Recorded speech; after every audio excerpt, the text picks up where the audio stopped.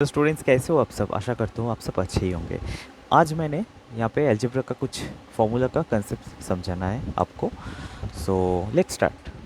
तो यहाँ पे मैंने पहले जो कंसेप्ट लिया है a square b square c square minus a b minus b c minus c a equals to zero अगर हुआ तो फिर यहाँ से मैं कह सकता हूँ कि a equals to B equals to c है।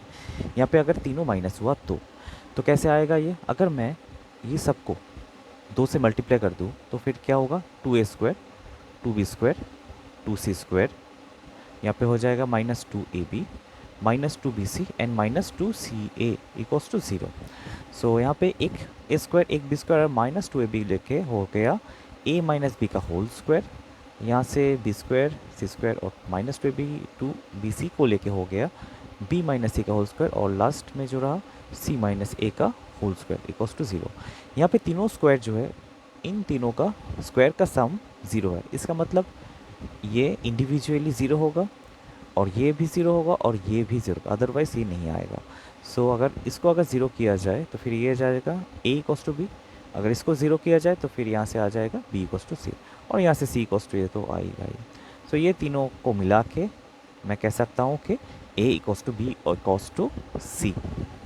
This is the second concept. यहाँ पे सी ए प्लस है और ये दोनों माइनस है।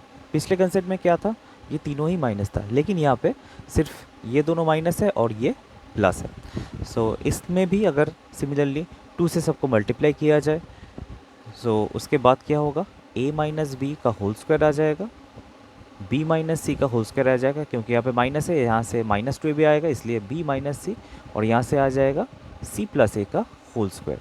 सो यहाँ से ये तीनों का स्क्वायर का सम 0 है, इसका मतलब इंडिविजुअली सभी 0 होगा। सो यहाँ से आ जाएगा a इक्वल्स टू बी, यहाँ से आ जाएगा b इक्वल्स टू सी, इसका मतलब a equals b equals to c तो हो जा रहा है। और यहाँ से और एक टर्म आएगा वो है c plus A equals to 0। यहाँ पे c equals to B and b equals to a है, इसका मतलब c इक्वल्स टू a होगा। सो c का वैल्यू अगर मैं a लिख दूँ तो फिर a प्लस ए हो जाएगा 0 और 2a इक्वल्स टू 0, इसका मतलब a इक्वल्स टू 0। और अगर ये इक्वल्स टू 0 आ गया इसका मतलब a b c तीनों का वैल्यू 0 है। इसलिए ये जो कंसेप्ट है यहाँ पे अगर एक प्लस है और 2 माइनस है, यहाँ से मैं कह सकता हूँ कि a equals to B equals to c तो होगा ही, इसका साथ ये तीनों ही इक्वल्स टू 0 होगा। और ये है थर्ड एंड लास्ट कंसेप्ट, जहाँ पे मैंने ए बी का वैल्यू प्लस दिया है और सी ए का वैल्यू प्लस लिया है और बी सी माइनस लिया है, मतलब 2 प्लस है और 1 माइनस है। अगर फिर से मैं बोथ साइड में 2 मल्टीप्लाई करूँगा तो फिर से ये आ जाएगा a प्लस बी का whole square plus b minus c का होल स्क्वायर और c प्लस a का होल स्क्वायर। क्योंकि यहाँ पे माइनस है इसलिए मैंने यहाँ पे माइनस लिया है और ये प्लस है और प्लस है इसलिए ये प्लस है। तो यहाँ पे से हो जा रहा है b इक्वल्स टू सी हो जा रहा है और यहाँ पे a equals to minus B और c या a इक्वल्स टू माइनस सी।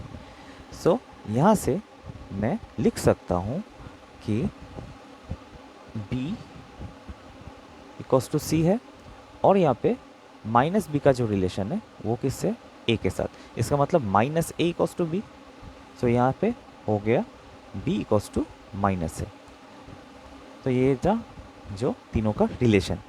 ये तुम्हें ऐसे याद रखना है कि जो टर्म माइनस है वो दोनों प्लस होगा और जिसमें माइनस नहीं है प्लस है वो ही माइनस होगा।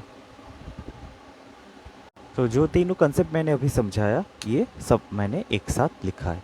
यहाँ पे अगर तीनों माइनस हुआ तो फिर a equals to B equals to c होगा। अगर यहाँ पे 2 माइनस है और 1 प्लस है, यहाँ से आ जाएगा a equals to B equals to C equals to 0। और यहाँ पे अगर 1 में माइनस है तो फिर वो जो टर्म्स है मतलब b और c ये दोनों प्लस होगा और a माइनस हो जाएगा। ठीक है।